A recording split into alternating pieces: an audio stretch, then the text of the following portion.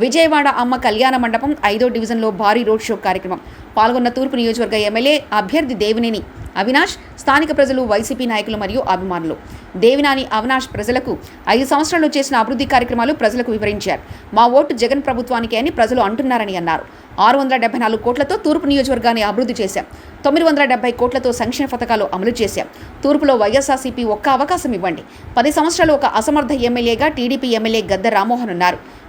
Media విలువలు దిగజారుతున్న yellow మీడియాకు సిగ్గుందా? పేకాట, కాలుమని, సెక్స్ రాకెట్స్ చేసే వ్యక్తి TDP MLA Gadde Rammohan. Vijayawada తూర్పులో YCP విజయం కనిపిస్తుంది. పవన్ కళ్యాణ్ గారిని వాళ్ళ ఆఫీసులో గద్దె రామ్మోహన్ ఆయన సత్యమణి గారు చెప్పిన మాట వాస్తవం కాదా? ఇది వాళ్ళ ఆఫీస్ అదే మాకు చెప్పింది. తెలుగుదేశం మాకు చెప్పారు. ఒక పక్కేమో జనసేన వాళ్ళని, పవన్ కళ్యాణ్ గారినేమో బయట పొగుడుతున్నారు. మొన్న ఆఫీసులో నోరు జారిన మాట వాస్తవం కాగా? ఎందుకంటే మీరు దయచేసి కనుక్కోండి. కాబట్టి ఈరోజు మీరు ఎన్ని అబద్ధాలు రాసినా, ఎన్ని ప్రచారాలు చేసినా నిజానికి ఏమైతే తెలుసు. మేము చేసిన సేవా కార్యక్రమాలు తెలుసు, మేము చేసిన అభివృద్ధి పనులు తెలుసు, సంక్షేమ కార్యక్రమాలు తెలుసు, ప్రజానికానికి ఏ విధంగా అండగా ఉంటున్నామో తెలుసు. ఎన్నికల సమయంలో మీరేదో అబద్ధాలు రాసినా, అబద్ధాలు ప్రచారం చేసినా మాకు ఏమీ అవదు. ప్రజలు ఒక దీవెన మా వైపు ఉంది.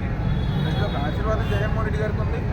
ఈ నియోజకవర్గంలో, ఈ రాష్ట్రంలో వైఎస్ఆర్ కాంగ్రెస్ పార్టీ గెలుస్తుంది. తెలుగుదేశం పార్టీకి సంబంధించిన ఒక కరపత్రం అది అందరూ ఈరోజు నిన్న తూర్పు నియోజకవర్గం నుంచి ఈటీవీలో వార్తలు వేస్తూ రౌడీయుధం వచ్చే అభివృద్ధి అని చెప్పి వేశారు.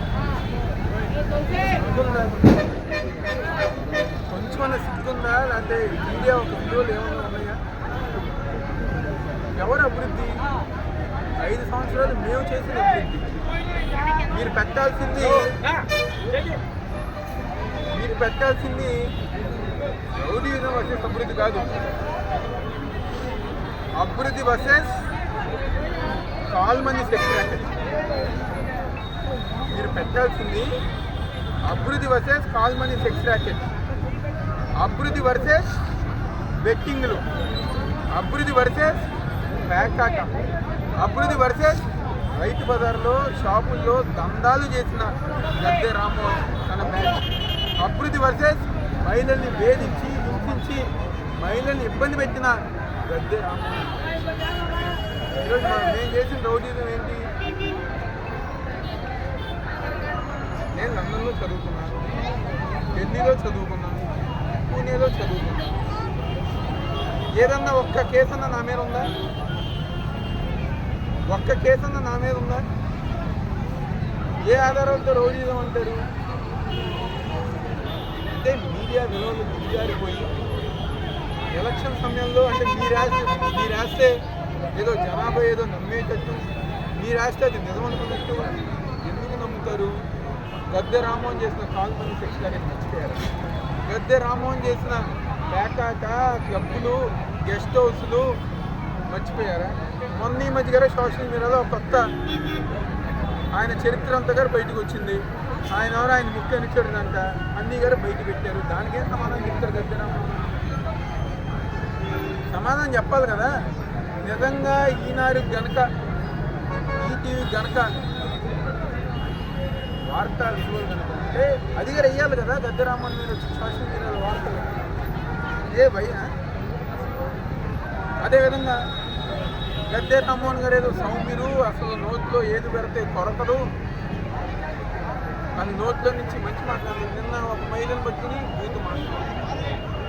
కానీ సమాధానం చెప్పండి. గద్దె రామ్మోహన్ చెప్తారా? ఈటీవీ, ఈనాడు చెప్తుందా? ఇంకే పేపర్ అన్నా చెప్తుందా?